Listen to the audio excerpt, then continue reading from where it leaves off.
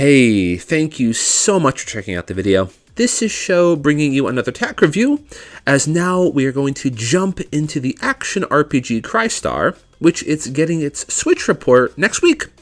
Now it's been out in Japan for about a month now, so as I've covered all of Furyu's Switch releases so far, let's take a look at this one too. And just before we get into it, it's been a while since I thanked you all for your support. At the time of this review, I've broken over 300 subscribers, and I know that's a really small stone in the ocean that is YouTube, but really thank you so much for sending your love. It really means a lot, and I'm hoping to figure out some ways to include you all in my future videos. Anyway, let's see the power of tears before I cry.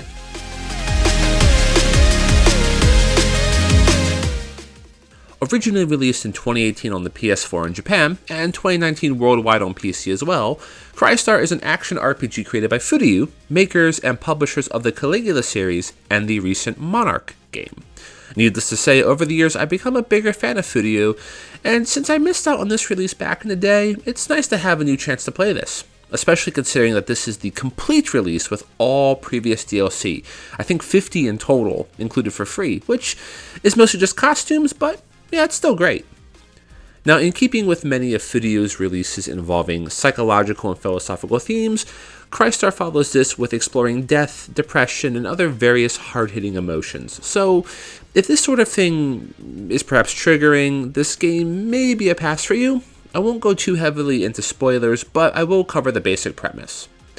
So, our story follows Rei and her sister Mirai as they awaken as butterflies in a strange world called Limbo. When trying to find a way out, they meet a mysterious purple-clad woman named Animentius, who has summoned the sisters to steal their life force to facilitate her revival. Using the power of a guardian named Heracles that grants Rei his blessing, Rei attempts to fight off Animentius, but after some emotional manipulation, Rei does something that is regrettable. In the aftermath, she finds herself making a contract to work as an agent to two other entities, Memphis and Phyllis, two demons that offer to revive her sister, Mirai, before time is too late. And her sister's soul is lost. Now, with the clock against her, Rei must collect 7 idea crystals to get her sister back. Now, as an interesting point for the world and its setup, tears and crying plays a huge role in Crystar. In fact, the name is a portmanteau of cry and star. Duh. But it was decided on as the director felt that the power of tears could shine and glimmer like stars. Hence, many of your super abilities like your Guardian or the Purification system rely on Rei using her emotions and tears to manifest power. It's really a beautiful analogy. Overall, with the story, I find it to be extremely engaging from the get-go. Even in the first hour or so, there's many what the heck moments that it would just be remiss of me to really get into any more details. But I do want to note that some previous reviewers back when this came out on the PlayStation 4 made criticisms that the story themes don't really play out to the fullest extent. I can kind of understand the issues with that, but I do feel the game explores these issues nicely given the cultural lens associated with it. For me, as the story progresses, I found myself really wrapped up in Rei's story, and I honestly think you will too. Especially with Thelma. I mean, who's a good girl? Who's a good girl? Yes, you are. Yes, you are. Sorry. Something I found interesting is the level of overlap with the terminology between this game and Monarch. Early on, you get mentions of idea crystals getting created after agents are contracted with guardians, and I mean, this is obviously a very similar concept to contractors and the Monarchs, right? Plus, the game uses identical language when talking about thought form, or thoughts to make weapons and armors. Even the use of Yomegaeri, or the death revival, being a key concept of both games and its potential taboo. So I'm wondering if there are future plans to kind of combine these worlds together into a single universe of sorts? Maybe if it's not been done so already. Anyway, let's get into the actual experiences now. Visuals are, I would say, impressive. I love the static art style of the portraits and the overall designs of the game, which are a blend between Blue Reflection's colors with Monarch or Caligula effects world concepts. Fitting as the game shares that similar terminology as pointed out before. So maybe we're getting that universe. Funny enough, as this was using older technology, The overall fidelity of the graphics, even in handheld mode, are more crisp than Monarch or Caligula Effect 2. With that said though, this is a mid-level JRPG graphics from 4 years ago, so don't expect the heavy details or the heavy fidelity you see in more modern JRPGs. And although I actually feel that this might be the best graphics from all Furyu games on the Switch.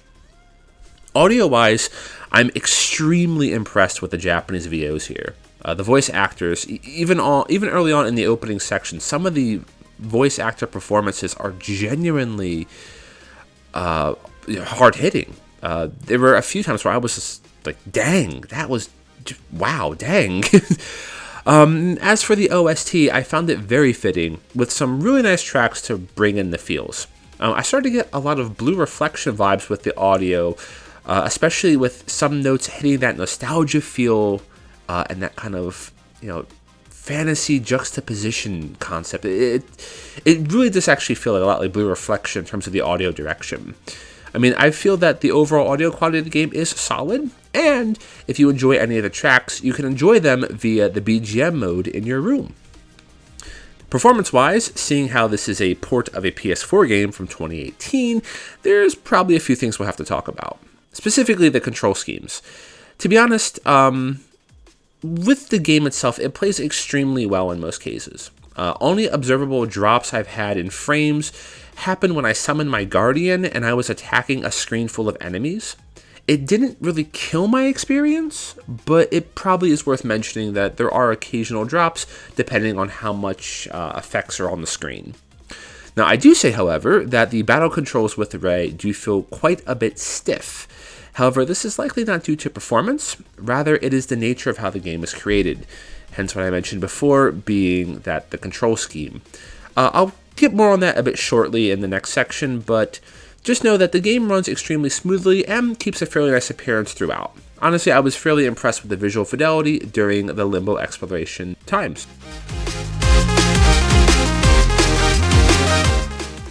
At its core, Crystar is an action RPG and plays fairly typically as many others do.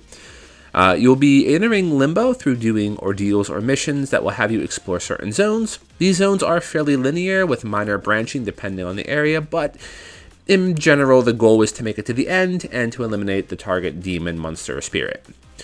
Encounters therefore are freeform, so you'll be able to attack freely on any enemies you come across. Typically these are just random skins of demons and spirits, but occasionally you'll find one with a red glow around it.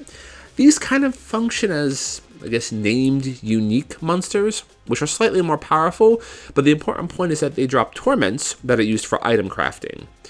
Now, when doing your actual battles, it's pretty straightforward. You have your basic attacks with Y, and you have your power attacks with X, and to kind of play into this battle system, you have a chain gauge at the bottom of the screen. As you attack enemies, your chain increases, and as it builds, you gain extra damage output. Do note, though, that the only way to break the chain is by letting too much time pass, as noted by the diamond behind the chain number. So, getting hit is fine, and it won't be an instant break in your chain. This, I feel, is likely a good design choice, as there's really very little in terms of comboing. So you're not going to get any levels of DMC or Bayonetta Uber. In fact, much of the battle system plays a lot like .hack GU, which is a PS2 game. So get ready for clunky and stiff movements, very little in terms of comboing, and just an overall, maybe janky experience. Past that, you actually have a left trigger that allows for targeting, and B lets you jump for a little bit of airborne combat, but again, not too much to expand upon that. To support your defenses, the right trigger allows for Rei to dash, which helps to close the gap and avoid big hits. I'm going to talk a lot more about dash in the cheese section. You also have skills, which are present and can be used with R bumper and the combination of A, B, X, and Y. New skills are generally learned as you increase your character's level through battle. These skills range from special melee attacks to various magics. Do note that you can set the skills in your main menu, but unfortunately there is no skill menu during battle you can use. So you'll need to remember which skills are set to which button combination. Furthermore, with exception to a handful of area of effect moves, I found that most of the skills are just for show. Honestly, I barely used any of them through any of my playthroughs. Additionally, a limit break gauge is introduced a bit after the opening that allows for you to use the Guardian's power. Now, the Guardian works a lot like the Dark Figure or Xehanart's Guardian from Kingdom Hearts, which is, I guess, a weird reference. Anyways, the Guardian system has 3 phases depending on the circumstance. As you're building up your gauge, there are random chances for the Guardian to pop out, either adding an extra attack, a counter, or a defensive action. This is completely automated and you have no control over this. The frequency, though, tends to increase the closer you are to the maximum gauge, where once you are at maximum, pressing the left bumper summons the Guardian behind you. Its attacks, guards, and everything just mirrors your actions, and it's on a much stronger level. Finally, if you press the left bumper once more when the Guardian is actively summoned, you can perform a massive attack that deals extreme amounts of damage that pretty much wipes out whatever is in front of it. It's definitely helpful if you're in a pinch. As for increasing the gauge itself, honestly, the more you just keep whacking on enemies, the faster that gauge will go up, so there's something special about that. One last important thing to note with the combat is that multiple characters can be unlocked as the game progresses, and each has kind of their own playstyle. You can freely select these characters on the field and in battle by using your directional buttons. Given that we're going to be dealing with some spoilers here, I won't go too far into it. Just know that there are 3 other girls that join Rei. One is kind of a tank, one is more or less like a power melee fighter, and then the last one is a ranged caster. So feel free to explore and try them out as you wish. On an unfortunate note, however, comboing between each of them is extremely limited, and honestly it's just non-existent. So this is more just about having different play styles. You won't be able to jump through them like you would with other more fast-paced action games. Outside of traveling through Limbo, you'll be spending a lot of time in your room, where you can pet Thelma, complete ordeals, change your clothes, and review the various lore of Crystar. Additionally, this is where you'll be taking advantage of the purification and compounding systems. As you progress through the stages, you'll have the ability to use items collected and torments, or otherwise known as death throws, to cry. This allows you to generate new items and equipment to help boost Rei's stats and combat effectiveness. Some of these items can then be used to upgrade existing armor or weapons to rank up certain gear, providing better buffs. Plus, some pieces of armor and weapons have the ability to roll for random skills using these items.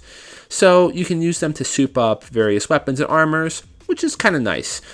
It's going to be very important for you to do as well, because it's going to be your main way to get your main power and survive aside from just the typical leveling. Ideally, you should always be purifying and upgrading every single time you come back from an ordeal. And that's really about it. I mean, the game itself is extremely simplistic in its design and approach. Battles are straightforward and really easy to navigate. New skills will be unlocked as you progress through levels, and as long as you keep hitting Y and the right trigger, you'll likely have mastered the battle system. For newcomers, it's extremely low pressure and low stress. You will have no problems understanding everything by the end of the first mission.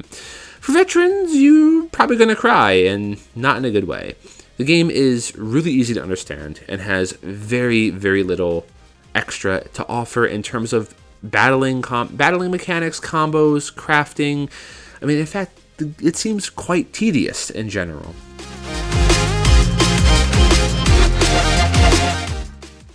Crystar has multiple difficulty modes, so as I do, I went in on normal difficulty. And I'll be honest, this game on normal mode is easy. At later stages, the difficulty gets a slight boost, but it's honestly nothing that can't be handled with a few material runs for some better equipment or some new passive skill bonuses. Furthermore, the game gets extremely repetitive, especially with enemy types and strategies to get around them, with honestly most problems being negated by using the dash skill. Seeing how dash can move you straight through enemies, it can go straight through attacks, and if you summon the Guardian, you can deal so much damage to bosses with literally no impact on your character. I just activated it half the time and went ham, beating down a good chunk of bosses with minimal effort. This is also further pushed with having each girl using their own limit gauge. So before you go into any boss, just make sure that all 4 of your girls have maximum gauges and just use them one after another, and you'll pretty much negate everything. I mean, even on hard mode, the only thing that's done is just extra damage output. Enemies, of course, naturally absorb a bit more and you take more, but no changes with their AI, no changes with the strategy. The same tricks still work. You just need to be more cautious in terms of where you're dashing to. Now, one point I do want to note now is how the game handles the ordeals, or essentially dungeons, and their length. Early on, many ordeals span for about 1 or 2 zones, so a full clear of one area can be done in around 15 minutes, maybe 20 minutes, depending on how many story scenes you need to walk through. As the game progresses, however, this continues to get longer and longer, which has the unfortunate effect of making me wish for the end of the level midway through. This is further compounded by the lack of ways to escape or to leave an active ordeal that you haven't completed yet. I get this from a lore perspective, but not having checkpoints or sections to take a break and save once again just makes the whole thing tedious. I mean, at the minimum, it would be nice to have a midway save point just in case I would want to stop and pop something else in should I have some company over. Well, at least when you revisit the ordeals, you can warp out at the start or end of each section. That's nice, but again, you've had to have cleared it once already to unlock this. I mean, in all, Crystar doesn't offer much of a challenge as other action RPGs or just action games in general do. For newcomers, it's easy yet very repetitive, and you might enjoy it as long as you're into the core story and the mechanics. For veterans, I see many getting burned out early, especially when considering many of the zones are similar in structure, and increasing the length of the zones as the story progresses, it just gets tedious.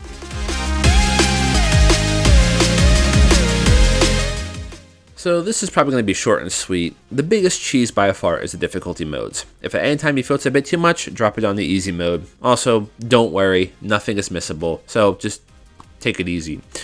Aside from that, major battle tip, and I've mentioned this before, is dash and attack. Dash gives you loads of invulnerability frames. I mean, you can go through enemies, you can literally go through attacks.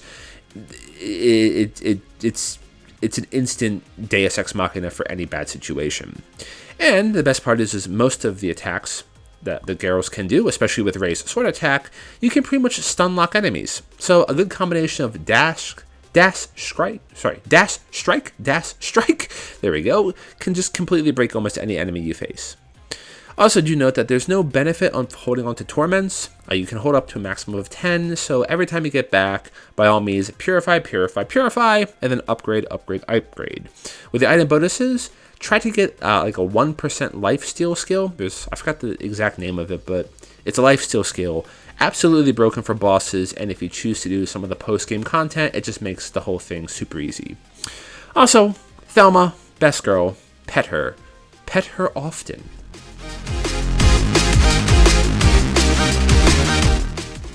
While I have a deep love for food-use projects, Crystar may not have aged too well in the past 4 years, though to be perfectly honest, it probably didn't age well when it was released.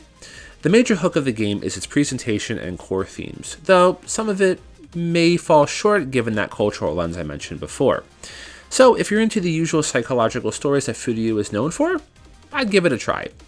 If you're on the fence, you may want to consider waiting on a sale or a price drop, as there are many other action RPGs with more complex gameplay and presentation that will appeal to you more. Newcomers don't need to worry about this game. You'll get into it, you'll get through it, you won't have much challenge. For veterans, just get ready to be tedious. Alright, well, if you made it here, thank you so much for watching the video. I'm glad I had the chance to play this on the Switch, and I suppose I just need to track down a copy of Caligula Overdose to get Furyu's full catalog on the Switch, but that is fairly hard to find in Japan these days. Anyhow, if you enjoyed the video, please drop a like and share your thoughts in the comments below. If you have any questions, feel free to ask too. I'll do my best to answer them. If you want to send your love and help support the channel, please subscribe. Thank you so much for sending your love that way, and it, again, really motivates me to continue working, and it's a great feeling. Thank you. And also, YouTube will be recommending a video from my library for you probably right around now. So, this is Show, and remember, if you're backed into a corner, just switch strats. Cheers!